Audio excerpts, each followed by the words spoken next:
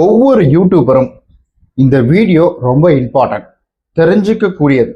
நம்ம கோபிநாத் அவர்கள் நிறைய நல்ல விஷயங்கள் அப்படின்றத நமக்கு கொடுக்குறாரு. ஆஸ் அ கண்டென்ட் கிரியேட்டருக்கு இப்ப இருக்கிற ட்ரெண்டுக்கு தகுந்த மாதிரி சரியான ஒரு பாட்காஸ்ட் அப்படின்றத உருவாக்கியிருக்காரு. அதுவும் யூடியூப்ல மிகப்பெரிய ஒரு பொசிஷன்ல இருக்கக்கூடிய ஒரு நபர். அவரு கூட பேசி இந்த ஒரு கான்வர்சேஷன்ல நமக்கு நிறைய சந்தேகங்கள் இருந்துச்சு. அந்த சந்தேகங்கள் எல்லாத்தையுமே கிளியர் பண்ணி கொடுத்தார். அந்த வீடியோ நீங்க பார்த்துருப்பீங்கன்னு நினைக்கிறேன். ஸோ நம்மளுடைய சப்ஸ்கிரைபர் ஒருத்தர் தான் என்ன சொன்னார்னா, பிரதர் முதல்ல அந்த வீடியோ போய் பாருங்க பிரதர், அது என்ன பார்க்காம இருக்காதீங்க, சூப்பர் வீடியோ போய் பாருங்கன்னு சொன்னாரு. நான் பார்த்தேன், பட் ஆனால் அந்த முழுசா கேட்கல.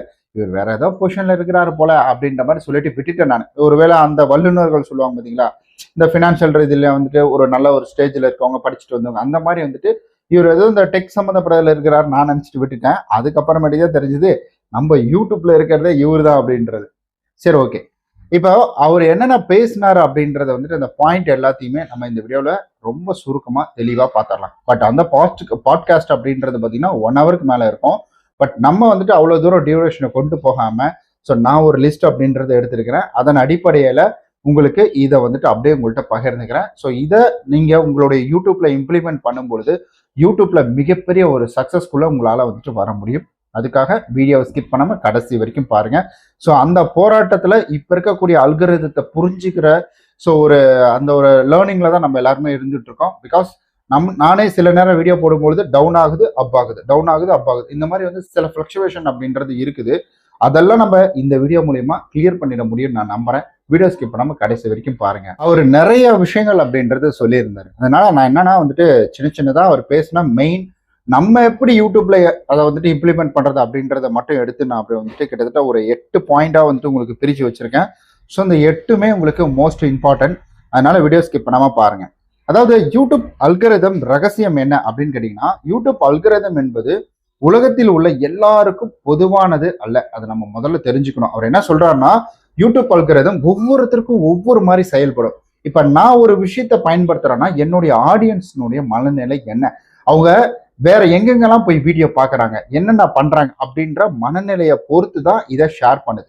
அது மட்டும் இல்லாம நான் என்ன கண்டென்ட்டை சூஸ் பண்ணியிருக்கேன், என் கண்டென்ட் எந்த அளவுக்கு மக்கள் தேடிக்கிட்டு இருக்கிறாங்க அப்படின்றத பொறுத்து தான் இது போகுதுன்னு சொல்றாங்க. ஸோ இந்த இடத்துல அவர் என்ன சொல்றாருன்னா, கண்டென்ட் தான் கிங் அப்படின்னு சொல்றாரு. நீங்க என்னதான் உள்ள வர வைக்கிறது ஒரு வேலையா இருந்தாலும் உள்ள வந்தவங்க என்ன செய்யணும் அப்படின்றது தான் இங்க ரொம்ப முக்கியம் அப்படின்றத சொல்றாங்க. ஸோ அல்கரிதம் அப்படின்றது ஒவ்வொரு கிரியேட்டருக்கும் ஒவ்வொரு மாதிரி செயல்படும்.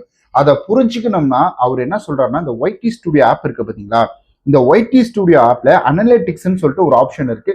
அதை நீங்க ஒருபோதும் விட்டுறாதீங்க. ஒரு யூடியூப் உங்களுக்கு சக்சஸ்ஃபுல்லா பயங்கர ரீச் ஆகணும்னா உங்களுக்கு கண்டிப்பா இந்த ஒய்டி ஸ்டுடியோ ஆப் தான் முக்கியம். அதுல இருக்கக்கூடிய விஷயங்களை நீங்க புரிஞ்சுக்கிட்டு அதுக்கு தகுந்த மாதிரி நீங்க கிரியேட் பண்ணி போட்டீங்கன்னா வேற லெவல்ல வியூஸ் அள்ள முடியும் அப்படின்னு சொல்றாங்க.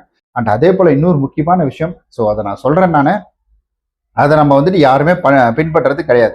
அதாவது இரண்டாவது விஷயம் என்னன்னா, வியூஸை விட வாட்ச் டைமிங் தான் ரொம்ப முக்கியம்னு சொல்றாரு. நல்லா யோசிச்சு பாருங்க.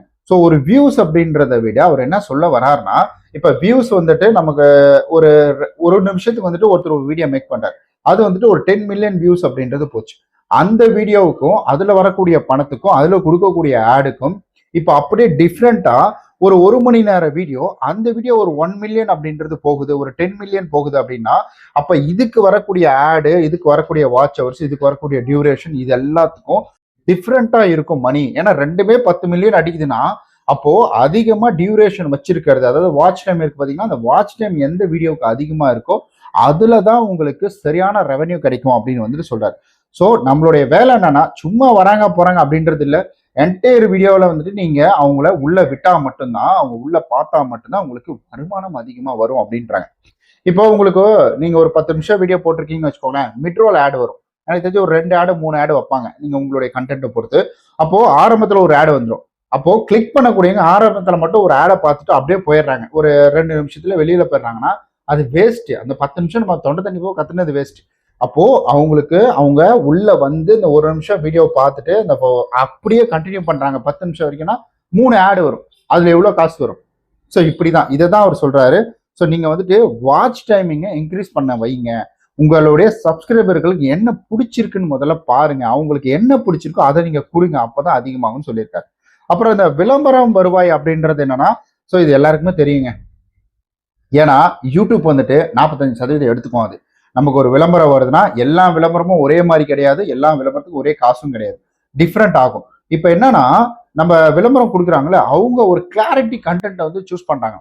இப்போ சும்மா வந்து லோ வேல்யூ கண்டென்ட் சொல்றோம் பார்த்தீங்கன்னா, அதுல ஒரு ஆடு வருது பார்த்தீங்களா, அந்த ஆடு அப்படின்றதுல வந்துட்டு சில விளம்பரம் கொடுக்கக்கூடியவங்க யோசிக்கிறாங்க, இல்ல இது கொடுத்துட்டா அந்த மாதிரி வந்துட்டு ஒரு சில விஷயங்கள் வருது இதுல.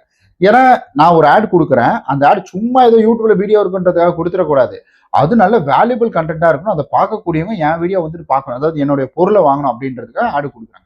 அப்போ அது கொஞ்சம் குவாலிட்டியா இருக்கணும் அப்படின்னு சொல்றாங்க. அப்போ அதுக்கு தகுந்த மாதிரி பணம் அப்படின்றது டிஃபரெண்ட் ஆகும்.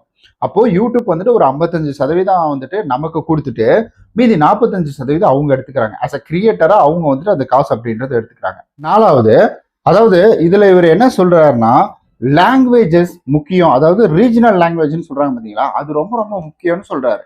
ஏன் அந்த லாங்குவேஜ் முக்கியம் அப்படின்னு கேட்டீங்கன்னா, ஸோ இந்த ரீஜனல் லாங்குவேஜ் அப்படின்றதுல வந்துட்டு நம்ம இந்தியாவை பொறுத்தளவுக்கு எடுத்துக்கிட்டிங்கன்னா அதிகபட்சமா இங்கிலீஷ் வந்துட்டு பயன்படுத்துறவங்க, அதாவது சப்டைட்டில் வச்சு பாக்குறாங்க பாத்தீங்களா, அதை பயன்படுத்துறவங்க வெறும் 15% தானே.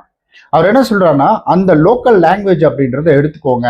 இப்ப வந்துட்டு நமக்கு பக்கத்துல யார் இருக்கா, இப்ப நம்ம ஊர்ல இருக்குன்னா நம்ம ஊர்ல வந்துட்டு தமிழ்நாட்டுல இருக்கக்கூடியவங்க தான் பாக்குறாங்க. அப்போ என்னன்னா நீங்க வந்து ஆடியோவை நீங்க வந்துட்டு மத்த எல்லாத்துக்கும் சேஞ்ச் பண்ணும்பொழுது, லாங்குவேஜுக்கு சேஞ்ச் பண்ணும்பொழுது அப்ப என்ன ஆகும், ஹிந்தில இருந்து பார்ப்பாங்க, இங்கிலீஷ்ல இருந்து அதாவது தெலுங்குல இருந்து பார்ப்பாங்க, மலையாளத்துல இருந்து பார்ப்பாங்க, கன்னடத்துல இருந்து பார்ப்பாங்க. இந்த மாதிரி நம்ம ஊர் லாங்குவேஜ்லாம் நம்ம செட் பண்ணும்போது மெயின் ஏரியாலாம், அதாவது பயங்கர மெயின் சிட்டிலாம் இருக்கு பார்த்தீங்களா, அந்த ஸ்டேட்ல இருக்கக்கூடிய சிட்டி அந்த லாங்குவேஜை நீங்க ஃபோக்கஸ் பண்ணும்பொழுது நிறைய வந்துட்டு வியூஸ் வருதுன்றாங்க. இதை பயன்படுத்துறவங்க தான் நிறைய பேர் சக்சஸ்ஃபுல் ஆகுறாங்கன்னா, அதுக்கு வந்துட்டு நிறைய இந்த கிரியேட்டர்லாம் சொல்றாரு. 2-3 கிரியேட்டர், நமக்கு மிஸ்டர் பீட்ஸ் தான் நமக்கு தெரியும். ஸோ மற்ற யாரும் நமக்கு தெரியாது பெரிய பெரிய கிரியேட்டர் அப்படின்றதுல. ஸோ நம்ம ஊர்ல தமிழ் வில்லேஜ் குக்கிங் சேனல் அப்படின்றது தெரியும். ஸோ சில விஷயங்கள் அப்படின்றது லாங்குவேஜை தாண்டி ஒர்க் ஆகுது அப்படின்னா அது என்ன மாதிரி அப்படின்னு கேட்டீங்கன்னா, அது வந்துட்டு எல்லாருக்கும் புரியக்கூடிய மொழி.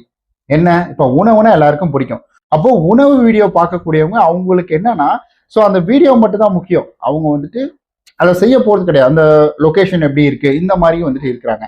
ஆனா இப்ப நான் பேசிட்டு இருக்கேன் பாத்தீங்களா, நானே இதை கொண்டு வரலான்னு இருக்கிறேன் நானு. ஸோ லாங்குவேஜ் நிறைய லாங்குவேஜ்ல கொண்டு வரலான்னு இருக்கிறேன். கூடிய சீக்கிரம் அதுக்கான வேலைகள்லாம் நடந்துகிட்டு இருக்கு, கூடிய சீக்கிரம் நான் கொண்டு வரேன் நான். ஸோ இந்த மாதிரி லாங்குவேஜை பெருசுப்படுத்துங்க, ஒரே லாங்குவேஜுக்குள்ளே போகாதீங்க. இப்போ தமிழ் தான் உங்களுக்கு தெரியுமா, ஓகே தமிழ்லேயே வீடியோ போடுங்க.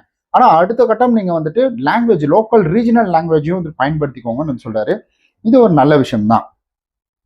5வது விஷயம், இதுல முக்கியமா அவர் என்ன சொல்லியிருக்காருன்னா, போலி தம்ப்நெயில் அப்படின்றது வைக்காதீங்க. ஒரு தம்ப்நெயில் அப்படின்றது பாத்தீங்கன்னா ஒரு ஒரு ப்ரோமோ அப்படின்னு சொல்றாரு. அதாவது வந்துட்டு இப்ப நம்ம எப்படி வந்துட்டு ஒரு சில விஷயங்கள்லாம் பாக்குறோம், அதாவது போஸ்டர், ஒரு படத்துக்கான போஸ்டர், ஃபர்ஸ்ட் போஸ்டர் ரிலீஸ் ஆகுதுன்னா எப்படி நம்ம கொண்டாடுறோம், அது மாதிரி வந்துட்டு அவர் என்ன சொல்றாருன்னா, ஒரு யூடியூப் சேனலுக்கான தம்ப்நெயில் அப்படின்றது ஒரு ப்ரோமோ.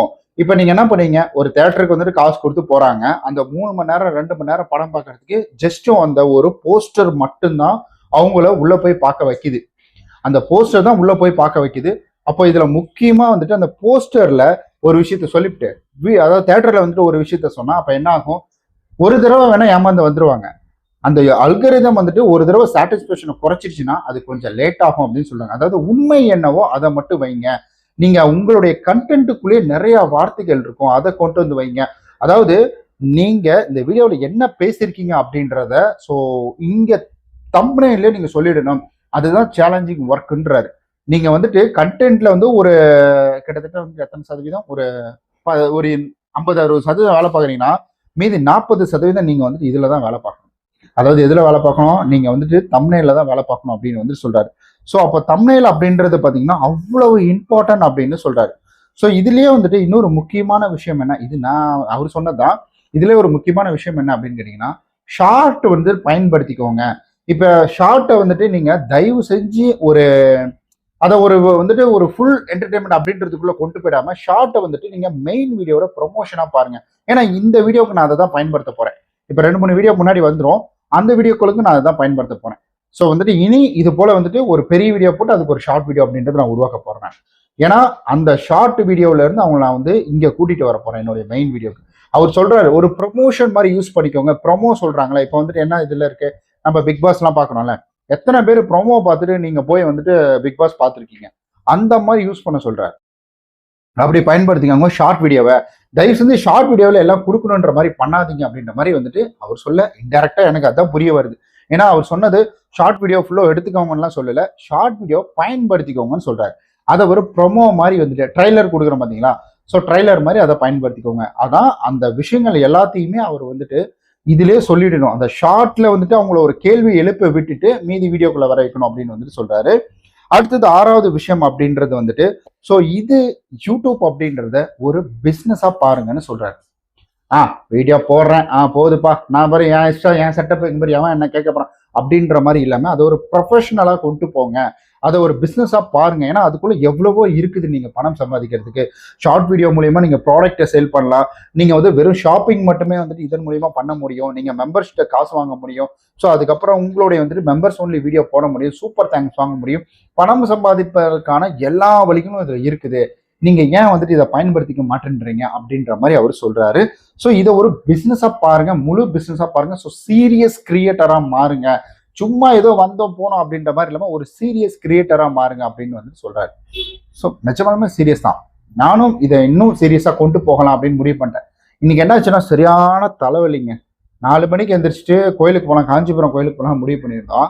அப்புறம் ஏஞ்சிட்டு கொஞ்சம் டயர்டா இருக்கு, அவங்களும் வந்து உடம்பு இல்லை, லேட்டா தூங்குனாங்க அப்படின்னா சரி இப்போ போக முடியல. ஏன்னா நேரமா போகணும், 2 கோயில் போகலான்ற பிளானு. ஸோ அதனால வந்துட்டு மறுபடியும் போய் படுத்துட்டேன். படுத்ததுக்கு அப்புறம் அடிச்சு போட்ட மாதிரி வலி, ஒரு கனவு ஒன்று வந்துச்சு, அதுல இருந்து தலைவலி இப்போ வரைக்கும் விடல. 10 மணிக்கு எஞ்சி சாப்பிட்டுட்டு கொஞ்ச நேரம் அப்படியே அமைதியாக உட்காந்துட்டேன். இருக்கிறதெல்லாம் எடிட் பண்ணிட்டேன், லீவும் போட்டுவிட்டேன் நான் வேலைக்கு. 7வது விஷயம் என்ன சொல்றாருன்னா, அதாவது யூடியூப்பை தாண்டி உங்களுக்கு வந்துட்டு வெறும் வாட்ச் டைம்ல மட்டும், அதாவது நீங்க விளம்பரம் மூலியமா மட்டும் பணம் எடுக்காம ஆட்சென்ஸ்ல நிறைய இருக்கு, நிறைய விஷயங்கள் இருக்கு. ஏன்னா வந்துட்டு நீங்க பிளாக் போட்டு கூட வந்துட்டு பிளாக் போடுறாங்க, அது போட்டு கூட பணம் சம்பாதிக்கலாம். ஸோ ஷாப்பிங் இருக்கு, ஸ்பான்சர் இருக்கு, ஸ்பான்சர் கேளுங்க, ஸ்பான்சர் ஆப்ஷன் இருக்கு, அந்த ஆப்ஷன் எனேபிள் பண்ணி வச்சுக்கோங்க. ஸோ உங்களுடைய கண்டென்ட் நீங்க எந்த அளவுக்கு குவாலிட்டியா கொடுக்குறீங்களோ ஸ்பான்சர்ஸ் உங்களை தேடி வருவாங்க. அதுல இன்னும் நிறைய காசு அப்படின்றது உங்களுக்கு கிடைக்கும். இது எல்லாமே பணம் சம்பாதிக்கிற ஒரு இடமா இதை பாருங்க, சீரியஸ் பிசினஸா பாருங்க அப்படின்னு முதல்ல சொன்ன மாதிரி தான் 2வது விஷயத்துலயும் சொல்றாரு. அப்புறமேட்டு ஃபைனலா ஒரு 8வது விஷயம் அப்படின்றது பாத்தீங்கன்னா, ஹேஷ்டாக்ஸ் அப்படின்றது ஒர்க் ஆகுமா அப்படின்ற மாதிரி கேட்கிறாரு. ஸோ ஹேஷ்டாக்ஸ் வந்துட்டு ஆப்வியஸா அவர் வந்துட்டு கன்ஃபார்மா சொல்லல, பட் ஆனால் ஒர்க் ஆகும். ஹேஷ்டாக், எஸ்இஓ இது எல்லாமே ஒர்க் ஆகும். ஏன் ஒர்க் ஆகும்? இது ஒர்க் ஆகிறதுக்கான காரணம் என்ன அப்படின்னு கேட்டீங்கன்னா, ஸோ ஒரு கீவேர்ட்ஸ் அப்படின்றது இருக்குதுங்க. இப்போ நீங்க வந்து ஒரு விஷயத்தை பத்தி தேடுறீங்கன்னா லட்சக்கணக்கான வீடியோஸ் யூடியூப்ல இருக்கு. அந்த லட்சக்கணக்கான வீடியோஸ்ல நமக்குன்னு எந்த வீடியோ நம்ம எப்படி சூஸ் பண்ண முடியும்? ஸோ அதை நம்ம வந்துட்டு நம்மளுடைய கீவேர்ட்ஸ் எந்த அளவுக்கு கொடுக்குறோமோ அப்போதான் ஒருத்தர் வந்து சர்ச் பண்ணும் பொழுது நம்ம வீடியோ உங்களுக்கு சஜஷன்ல போகும். ஸோ ஹேஷ்டாக்லாம் போகும். அதனால ஸோ உங்களுடைய கண்டென்ட் ரிலேட்டடா நீங்க வந்துட்டு ட்ரெண்டிங் டாபிக், அதுல இருக்கிற கண்டென்ட்டை வந்துட்டு அதுல இருக்கிற பேரை தூக்கி வைக்கிறேன். இப்போ தமிழ்நாட்டில் தளபதி முதலமைச்சர் ஆயிட்டாரு.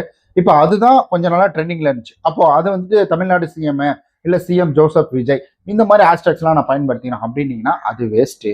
ஸோ உங்களுடைய கண்டென்ட் ரிலேட்டடாக நீங்கள் வந்துட்டு போடும்பொழுது நிறைய க்ரோத் கிடைக்கும் அப்படின்னு வந்துட்டு சொல்றாரு.